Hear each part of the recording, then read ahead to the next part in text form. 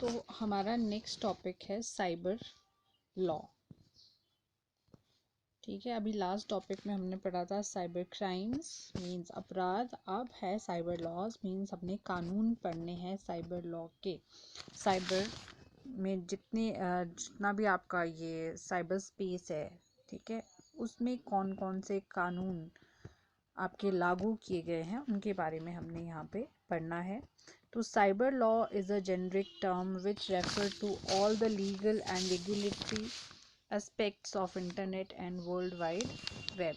Cyber law जो है एक आपका सामान्य शब्द है जो इंटरनेट और वर्ल्ड वाइड वेब के कानूनी और नियामक पहलुओं को संदर्भित करता है। मींस इंटरनेट और वर्ल्ड वाइड वेब पे जितने भी आपके कानूनी पहलू हैं और रेगुलेटरी एस्पेक्ट्स मींस जिन रूल्स के बेसिस पे आपके इंटरनेट पे कार्य किया जाता है, उन सब से रिलेटेड जितने भी आपके एक्ट आते हैं वो किसके अंडर आते हैं? साइबर लॉ के अंडर आते हैं। ठीक है, तो साइबर लॉ किसको बोला जाता है कि जितने भी कानूनी और नियामक पहलू है इंटरनेट और वर्ल्ड वाइड वेब के, उन सबको रेफर करने के लिए हम एक शब्द इस्तेमाल करते हैं जिसको कि साइबर लॉ कहा जाता है।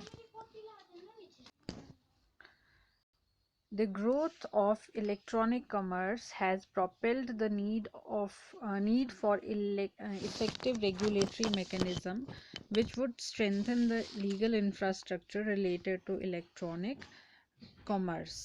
तो जो आपका इलेक्ट्रॉनिक कॉमर्स का जो विकास हुआ है, ठीक है, उस विकास के चलते ये आवश्यकता पड़ी है कि जितने भी ये नियामक प्रक्रिया है, ठीक है, उसको और बढ़ावा दिया जाए, उसको और मजबूत किया जाए और जितना भी इसका कानूनी बुनियादी ढांचा है इलेक्ट्रॉनिक कॉमर्स से संबंधित उसको बिल्कुल स्ट्रॉन्ग किया जाए।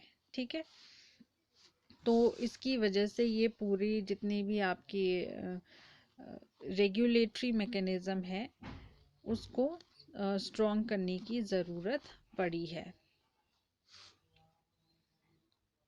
In India, cyber law are contained in Information Technology Act 2000, IT Act, which came into force on October 17, 2000।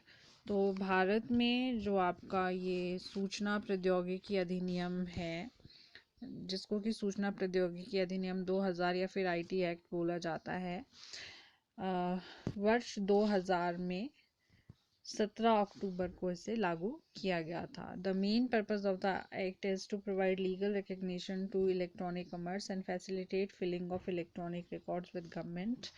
तो इसका जो मेन मकसद था, मेन उद्देश्य था इस अधिनियम का, वो था कि जो इलेक्ट्रॉनिक कॉमर्स है उसको कानूनी पहचान दिलाई जाए और सरकार के साथ इलेक्ट्रॉनिक रिकॉर्ड को दर्ज करने के लिए सुविधा प्रदान करी जाए। ठीक है, The act was later amended in December 2008 through the IT Amendment Act 2008। अब इस अधिनियम में दिसंबर 2008 में कुछ चेंजेस हुए थे, संशोधन हुआ था। तो वो संशोधन किसके अंडर आपका आता है? IT Amendment Act 2008 के अंडर। ठीक है, तो it provides additional focus on information security by adding some new sections on offenses including cyber terrorism and data production। तो इस ये जो संशोधन हुआ था, इस संशोधन के अंदर क्या किया गया था? इंफॉर्मेशन सिक्योरिटी, जो आपकी सूचना थी इंटरनेट पे, उसको सुरक्षित रखने पे फोकस किया गया था और इसमें कुछ नए वर्गों को सम्मिलित किया गया था, जैसे कि जो आपके साइबर आतंकवाद होता है और जो आपका डेटा प्रोटेक्शन है उस पे ज़्यादा ध्यान दिया जाए। ठीक है, तो इस संशोधन के अतिरिक्त इसमें क्या हुआ था सबसे ज़्यादा फोकस किस पे किया गया था? इंफॉर्मेशन को सिक्योर रखने पे और साइबर टेररिज्म को रोकने पे इस पे फोकस किया गया था। तो इस अमेंडमेंट में आपकी कौन कौन सी अमेंडमेंट्स या फिर कौन से संशोधन इसमें शामिल किए गए थे? वो हैं आपके ITAA का मतलब है IT अमेंडमेंट एक्ट। तो इसमें फर्स्ट है digital signature, authentication of electronic records by digital signature get recognition. मतलब जब कोई भी इलेक्ट्रॉनिक रिकॉर्ड है उसको डिजिटल हस्ताक्षर द्वारा प्रमाणित करने को मान्यता प्राप्त हो गई थी IT अमेंडमेंट एक्ट 2008 में। ठीक है, मींस कि अगर आप कोई इलेक्ट्रॉनिक रिकॉर्ड को में डिजिटल सिग्नेचर्स कर रहे हो तो वो रिकॉर्ड मान्य होता है। फिर है ई गवर्नेंस। ई गवर्नेंस का मतलब है e documents get legal recognition, means जो डॉक्यूमेंट आपने इंटरनेट के माध्यम से अपलोड किए हैं, ठीक है, आप कहीं पे साइबर स्पेस में उनको सुरक्षित रख रहे हैं तो वो मान्य होते हैं।